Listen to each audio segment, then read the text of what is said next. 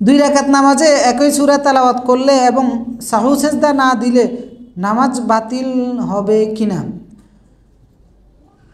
দুই রাকাতের নামাজ হোক, 4 রাকাতের নামাজ হোক, যে কোনো নামাজের মধ্যে সূরা যদি একই সূরা দিয়ে আপনি পুরো নামাজ পড়েন, তাহলে আপনার ওয়াজিবের ফরজের কোনো অনিয়ম হয় নাই, আপনার সুন্নারও কোনো অনিয়ম হয় নাই, আপনার অনিয়ম হয়েছে উত্তম বিষয়টার। তো উত্তম বিষয়ের যদি অনিয়ম হয় সালাতের ভিতরে, সেটার জন্য সাহু সেজদা লাগে না। তো নামাজের মধ্যে সূরা ফাতিহার সাথে অন্য সূরা পড়া, সেটার হুকুম হচ্ছে সুন্নাহ। কেউ যদি নাও পড়ে তার নামাজ হয়ে যাবে। তো এখন সেই সূরা পড়তে গিয়ে কোরআনের মধ্যে সূরাগুলোর যে ধারাবাহিকতা আছে, ওই ধারাবাহিকতা রক্ষা করা হচ্ছে উত্তম। যেমন সূরা বাকারা, এরপর আলে ইমরান, আগে আপনি নাস পড়লেন পরে বাকারা পড়ছেন, তাহলে আপনার উত্তমটা ত্যাগ করা হয়েছে, কিন্তু আপনার সওয়াবও কমে নাই, সুন্নারও খেলাফ হয় নাই, ওয়াজিবেরও খেলাফ হয় নাই, কোনো সমস্যা হয় নাই।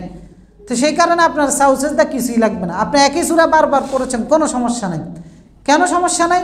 কারণ আল্লাহ তাআলা সূরা মুজাম্মিলের মধ্যে বলেছেন ফাকরাউ মা তায়াসসারা মিনাল কুরআন, কোরআন থেকে যেটাই সহজ লাগে সেটাই তেলাওয়াত করো।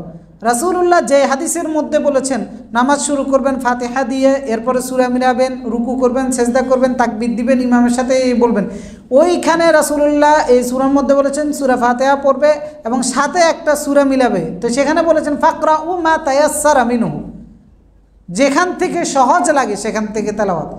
তো রাসূলুল্লাহ এই যে যেখান থেকে সহজ, তার মানে এখানে পূর্ণ স্বাধীনতা দেওয়া হয়েছে, যেভাবে ইচ্ছা সেইভাবে পড়ার।